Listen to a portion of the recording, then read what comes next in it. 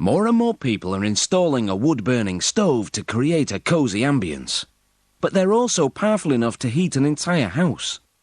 It's economical, and the new low-emission models are more environmentally friendly.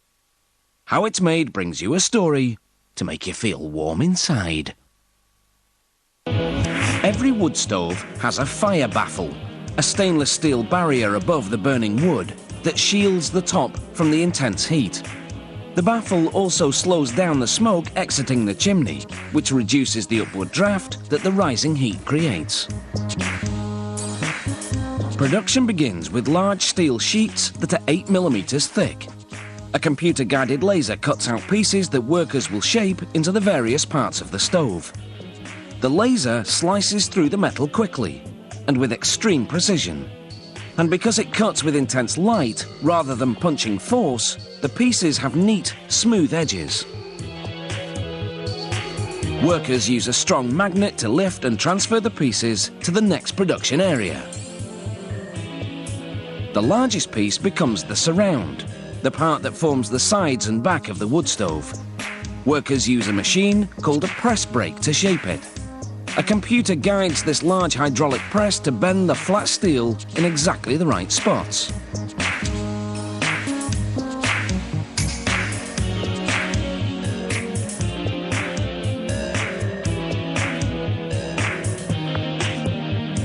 Now they position the surround in an assembly jig to keep it steady during welding. After welding the front of the stove to the surround, they weld the air intake, which allows oxygen to enter the stove to feed the fire. Next, they weld the top, the fire baffle and air channels, which are also designed to feed the fire with oxygen.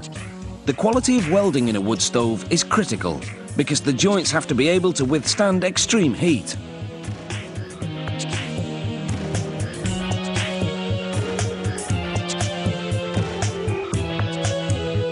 Now they weld the bottom of the stove. The hole in the middle is used to sweep the embers into an ash pan below.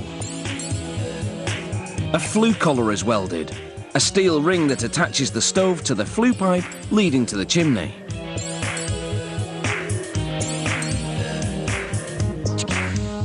Workers now bolt the stove to a pedestal, which is also made of welded steel. Meanwhile, the door takes shape. They glue a fiberglass rope to the perimeter of the door frame, using a silicon-based glue that's resistant to extreme temperatures. This cord prevents air from seeping in through the door and fueling the fire out of control. After installing the locking door handle, they weld the door hinges.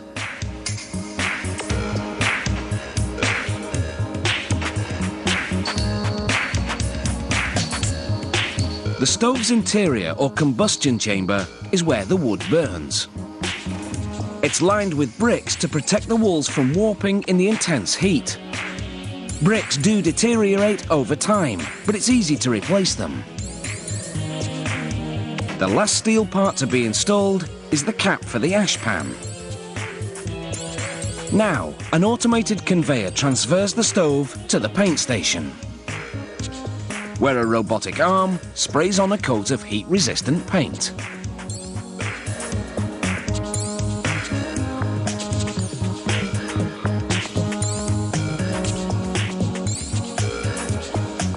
Once the paint air dries, a worker removes the door to install its glass panel.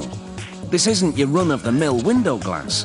It contains ceramic, which enables it to withstand temperatures of up to 1090 degrees Celsius. With the glass panel in place, workers can apply decorative features and information stickers.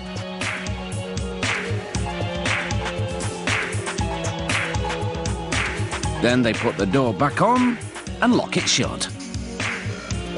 Then they rivet on the company logo. Then install a fan in the back. The fan blows out the heat generated by the stove.